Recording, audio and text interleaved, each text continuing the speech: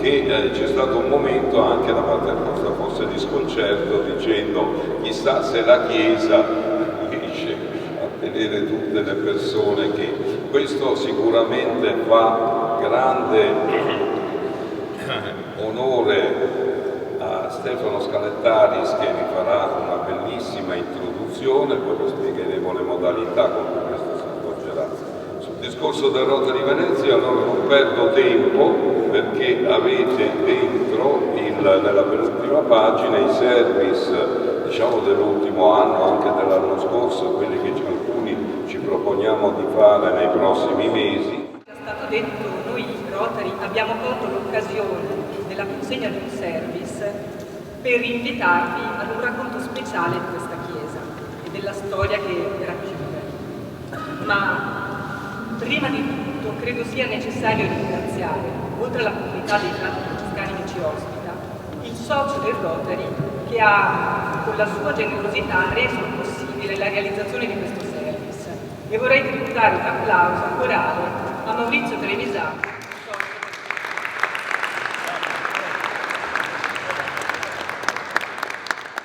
Questa chiesa che vede sempre un giro di gente quotidianamente per tutto il tempo dell'anno, mi fa molto piacere vederla così, come dicevo prima, piena, posso dire, con colpo d'occhio. Quindi vi ringrazio davvero per questa vostra presenza, vi ringrazio anche per l'affetto e la vicinanza che avete nei confronti di San Francesco della Vigna e della comunità francescana che vive qui.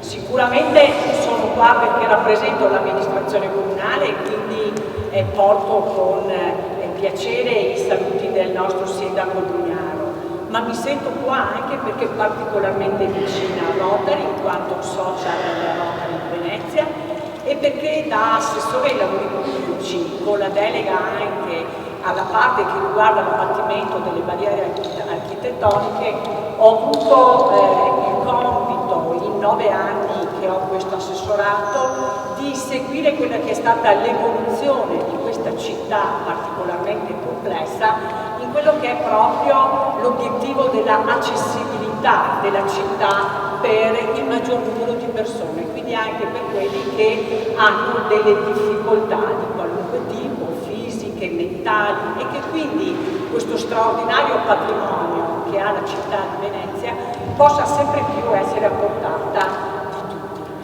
È un grande piacere per noi di Venice Impero tornare alla chiesa di San Francesco, dove 30 anni fa abbiamo restaurato la famosa facciata palladiana assieme alle sue statue di bronzo di Mosè e San Paolo. In questa chiesa io sono stato battezzato purtroppo molti anni fa. Questa chiesa sono stato portato dai miei genitori quando ero ancora in fasce, allora le fasce c'erano, e in questa chiesa poi sono cresciuto. Ormai trasferito nella contigua San Giovanni e Paolo, vivo comunque in una casa da cui vedo il campanile di questa chiesa, a cui sono particolarmente legato. Era per me molto importante contribuire a lasciare qualcosa anche qui in memoria di uno dei miei genitori. L'altro è ricordato a San Giovanni e Paolo, dalla Marpatatti, che abbiamo installato sempre come Rotary a San Giovanni e Paolo. Mia madre, Maria Teresa, era una persona semplice che, pur dotata di grandi risorse di intelligenza, aveva dedicato tutta la sua vita alla sua famiglia. Ma diciamo cominciamo brevemente dall'inizio. Perché questo posto si chiama Della Vigna? Il nome deriva dal pezzo di terra in cui era presente una vigna, appunto, che Marco Ziani, figlio del doge Pietro, donò ai frati minori nel 1253. Buon pomeriggio a tutti. Allora, io sono Lucia Baracco, rappresento l'associazione Lettura Agevolata e anche la Tactile Vision di Torino, che è un'altra associazione con cui da ormai decenni stiamo portando avanti, stiamo lavorando nell'ambito dell'accessibilità, della valorizzazione dei beni culturali, della comunicazione inclusiva. Ecco, quindi io insomma, in qualche modo rappresento anche l'architetto Rocco Rolli che oggi non è presente. Ovviamente devo anche ringraziare i miei collaboratori, tutti quanti, perché in qualche modo hanno realizzato questo pannello.